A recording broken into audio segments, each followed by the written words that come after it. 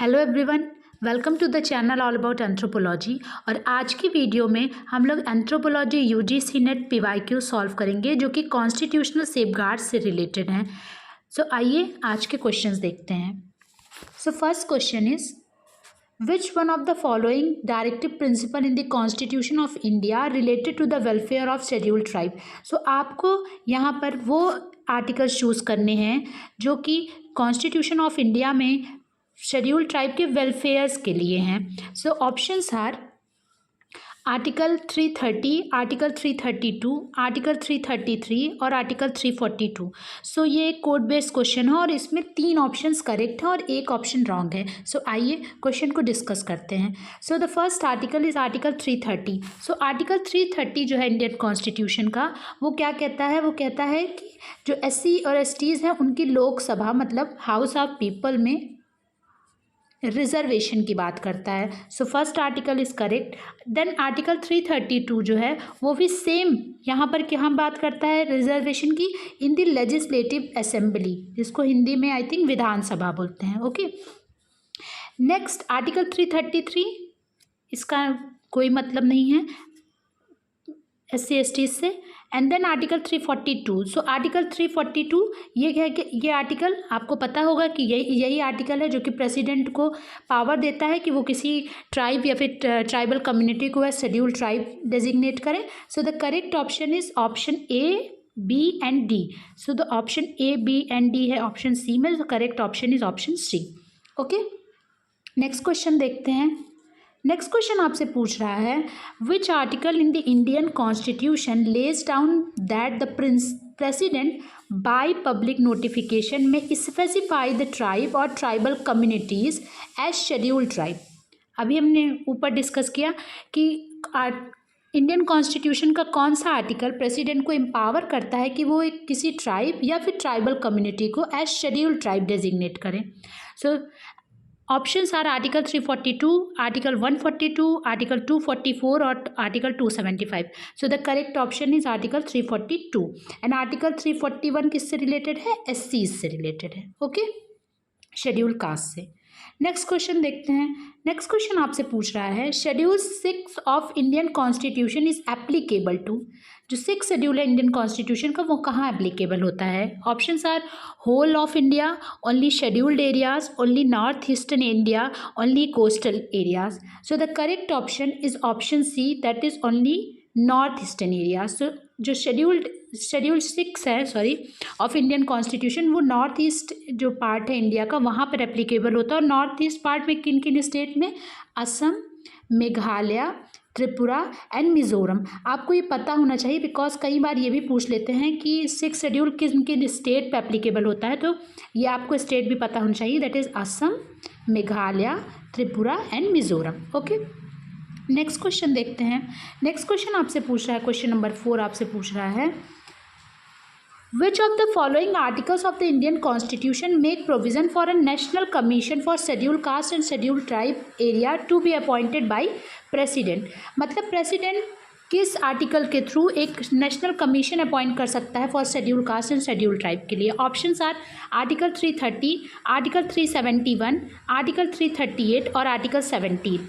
So the correct option of this question is article 338 option C। अभी हम लोग ने डिस्कस किया कि आर्टिकल 338 आर्टिकल कहता है कि जो प्रेसिडेंट है वो एक नेशनल कमीशन SCs और STs के लिए बना सकता है। Okay, so article 338 and 338A are related to SCs and STs। Okay, next question देखते हैं।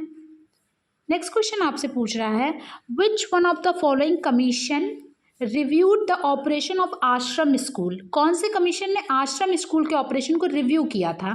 ऑप्शंस आर UN देबर कमीशन, काका कालेलकर कमीशन, सिलुआओ कमीशन और BP Mandal commission. So the correct option of this question is UN देबर commission. UN देबर commission ने आश्रम school के ऑपरेशन को रिव्यू किया था। अब आश्रम स्कूल्स क्या होते हैं फ्रेंड्स? आश्रम स्कूल्स जो होते हैं ये स्कूल्स गार्डियन फिलॉसफी पे चलते हैं और इसमें बेसिकली क्या होता है कि ये ट्राइबल हॉस्टल स्कूल की तरह आप समझ लीजिए, जैसे मॉडर्न, कि वहाँ पे टीचर्स जो है वो स्टूडेंट के साथ ही रहते हैं और ट्राइबल बच्चों की प्रॉपर एजुकेशन और उसके लिए बनाया गया है, डेवलपमेंट के लिए। So ashram school same as a club model school, ये सारे स्कूल हमारे जो शेड्यूल ट्राइब बच्चे हैं उनकी एजुकेशनल बेटरमेंट के लिए बनाए गए हैं। सो द करेक्ट ऑप्शन आपको क्या है, UN देवर कमीशन ने इसको रिव्यू किया था। ओके, नेक्स्ट क्वेश्चन देखते हैं। नेक्स्ट क्वेश्चन आपसे पूछ रहा है, the term schedule tribe has been defined in the Indian constitution under article. So जो शेड्यूल ट्राइब का टर्म है ये इंडियन कॉन्स्टिट्यूशन में किस आर्टिकल में डिफाइन किया गया है? 342 क्लॉज ए, 341 क्लॉज ए, 330 और 254 sorry. So the correct option is option A, that is 342।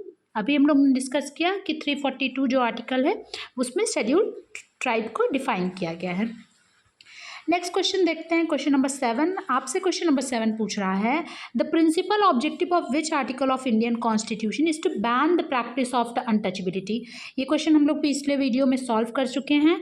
Options are article 17, article 16 clause 4, article 19, article 25। So the correct option आपको पता होगा article 17। Article 17 of the Indian constitution बात करता है कि abolition of untouchability. अच्छा, इसके साथ आपको दो चीज़ और पता होना चाहिए कि आर्टिकल 17 तो बात करता है कि abolition of untouchability, ban of untouchability, जो भी आप कहना चाहें। इसके साथ ही 1955 में पार्लियामेंट ने protection of civil right act भी पास किया था, protection of civil right act भी पास किया था, ठीक है। और साथ ही साथ इसके इन द ईयर 1989 में ST/SC prevention of atrocity act भी पास किया गया था, ठीक है। SC/ST prevention of atrocity act, ठीक, ये एक्ट पास किए गए थे सो दैट कि वो इस तरह के डिस्क्रिमिनेशन को टैकल कर सकें। ओके, नेक्स्ट क्वेश्चन देखते हैं। नेक्स्ट क्वेश्चन आपसे पूछ रहा है, question number 8, Which of the following article of the Indian Constitution empowers the President to declare an area as scheduled area? मतलब इंडियन कॉन्स्टिट्यूशन का कौन सा आर्टिकल प्रेसिडेंट को एम्पावर करता है वो किसी एरिया को शेड्यूल्ड एरिया जो है वो डिक्लेयर कर सके? Options are article 275, article 244, article 165, article 365। So the correct option is option number 2, that is article 244। So article 244 clause 1 कहता है कि जो प्रेसिडेंट ऑफ इंडिया है वो किसी भी एरिया को शेड्यूल्ड एरिया डिफाइन कर सकते हैं, ओके, जो कि शेड्यूल 5 में मेंशन हो। Okay, so the correct option is option B. Next question देखते हैं। नेक्स्ट क्वेश्चन आपसे पूछ रहा है, question number 9, which one of the following articles in the Indian constitution deals with the promotion of educational economic interest of schedule caste and schedule tribe and other weaker section. मतलब वो आपसे पूछ रहा है कि कौन सा आर्टिकल है जो इंडियन कॉन्स्टिट्यूशन का जो कि बात करता है प्रमोशन ऑफ जो वीकर सेक्शन है, शेड्यूल कास्ट, शेड्यूल ट्राइब और अदर वीकर सेक्शन है, उनकी एजुकेशनल और इकोनॉमिक इंटरेस्ट के प्रमोट करने की बात करता है। Options are article 16, article 19, article 23 और article 46। So the correct option of this question is article option D, article 46। Article 46 जो है वो कहता है कि स्टेट जो है वो प्रमोट करेगा educational plus economic interest weaker section, SCs और STs का, एंड साथ ही साथ उनको प्रोटेक्ट भी करेगा हर तरह की इनजस्टिस और हर फॉर्म के एक्सप्लॉयटेशन से, ठीक है। तो ये स्टेट का काम है कि वो उनके एजुकेशन और इकोनॉमी को प्रमोट करे और साथ ही साथ उनको हर तरह के इनजस्टिस और एक्सप्लॉयटेशन से प्रोटेक्ट भी करे। So the correct option is option 46, article 46 option D. Okay, next question देखते हैं। नेक्स्ट क्वेश्चन आपसे पूछ रहा है आपसे, which of the following are protective provisions for scheduled tribe as per the Indian constitution. मतलब आपको इनमें से वो आर्टिकल देखने हैं जो कि शेड्यूल्ड ट्राइब के सेफ गार्ड्स के लिए बनाए गए हैं, उनके प्रोटेक्शन के लिए बनाए गए हैं। सो ऑप्शंस आइए देखते हैं। Options are article 15 clause 4, article 16 clause 4, article 23, article 46, article 164, article 332, article 338। So आइए डिस्कस करते हैं एक एक article. So article 15 clause 4, article 15 clause 4 किस बात की बात करता है? Reservation of SCs in educational institute में रिजर्वेशन की बात करता है। आर्टिकल 16(4) जो है वो सर्विसेज में वैकेंसी रिजर्वेशन की बात करता है, vacancy scheme the services, government job में रिजर्वेशन की बात करता है। एंड आर्टिकल 23 जो है वो किसकी बात करता है कि ह्यूमन ट्रैफिकिंग को रोका जाए, ह्यूमन ट्रैफिकिंग मतलब जो इंसान की खरीद फरोख्त होती है उसको रोका जाए, और प्लस इसके साथ ही साथ फोर्स लेबर जो बच्चों को और मजदूर बना लिया जाता है, फोर्स लेबर, इसको भी बैन किया जाए। सो ये करेक्ट ऑप्शन हो गया। देन ऑप्शन 46 अभी हम लोग ने डिस्कस किया कि जो स्टेट है वो प्रमोट करेगा एजुकेशनल और इकोनॉमिक बेटरमेंट को।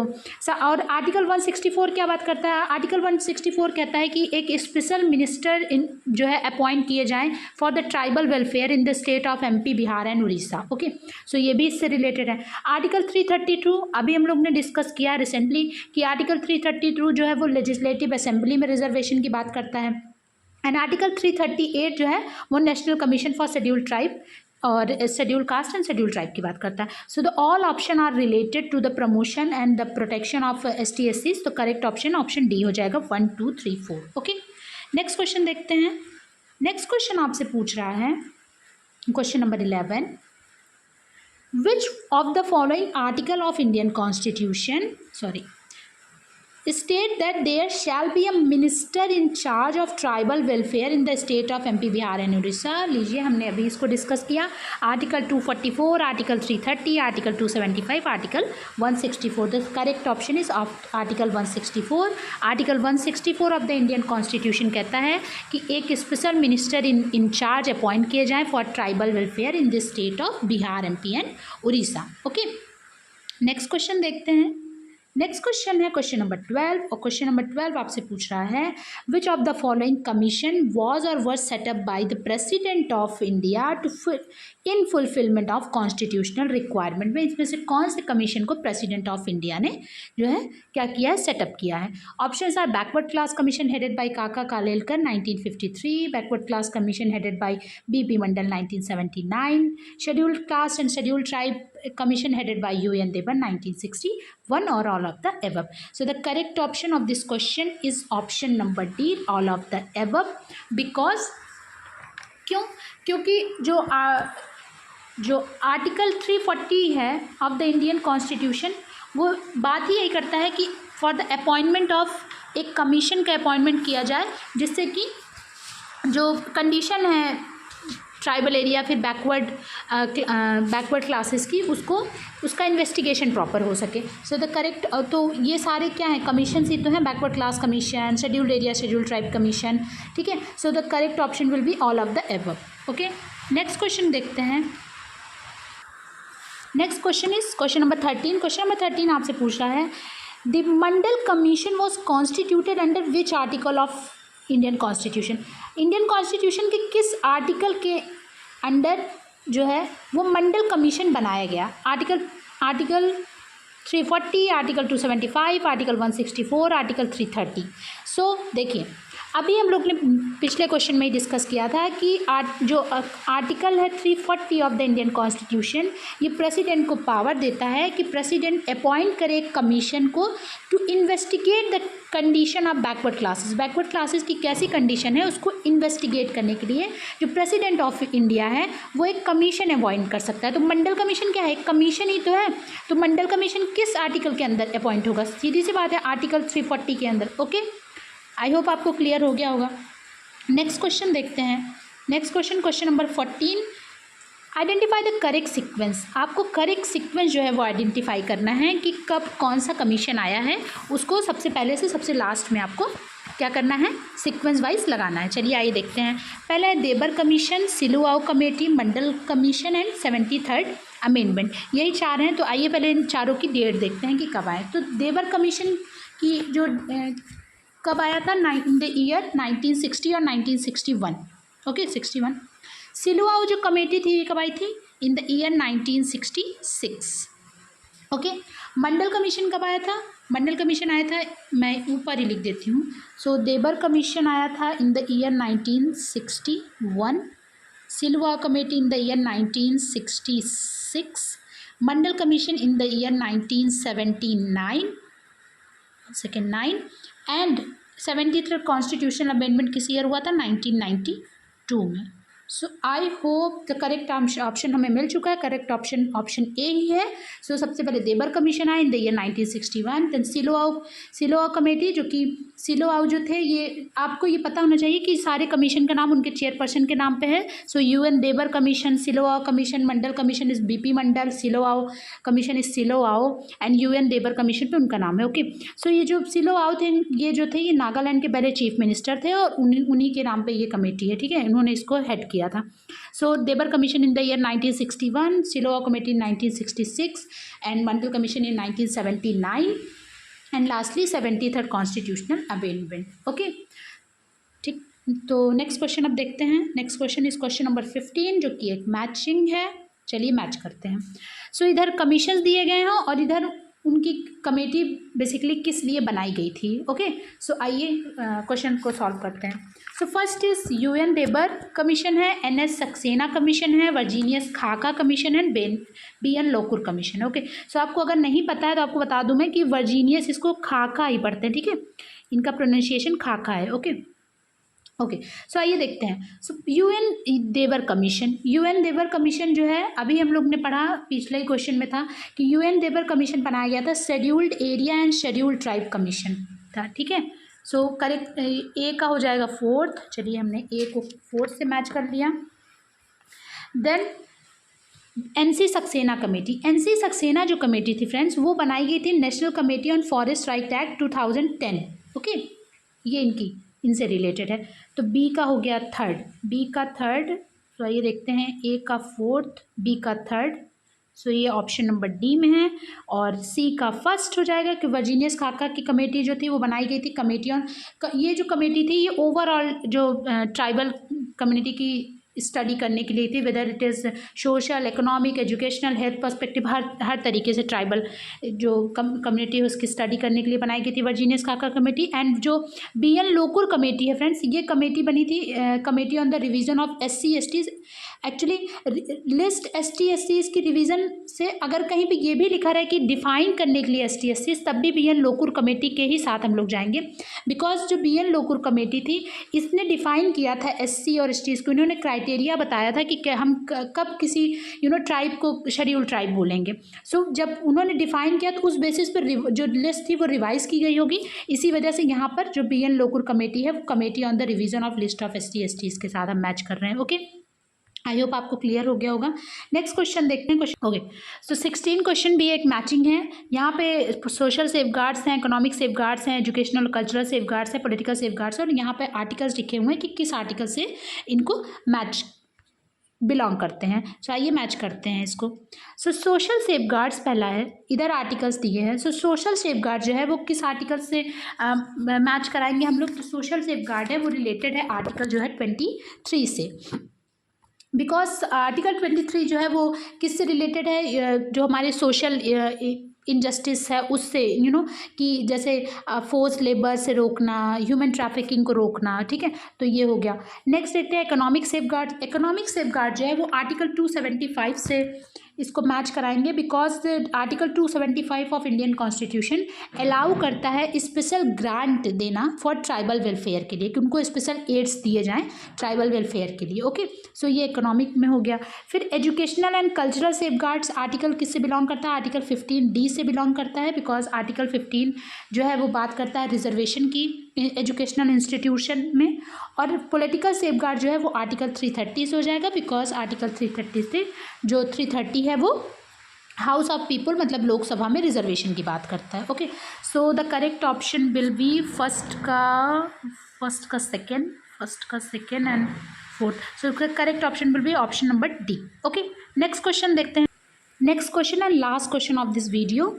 ओके, यहाँ ये भी एक मैच करना है हमें, कॉन्स्टिट्यूशनल सेफगार्ड को मैच करना है आर्टिकल से। ओके, आइए देखते हैं। ये तो पहला दिया है reservation in Lok Sabha and Vidhan Sabha, appointment of a commission, cultural and educational rights and safeguard of tribal interest in property. और आर्टिकल कौन कौन से दिए हैं, article 16 clause 4, article 29, article 339 art clause 1 and article 330, 332, 334। सो आइए डिस्कस करते हैं इस क्वेश्चन को पहले।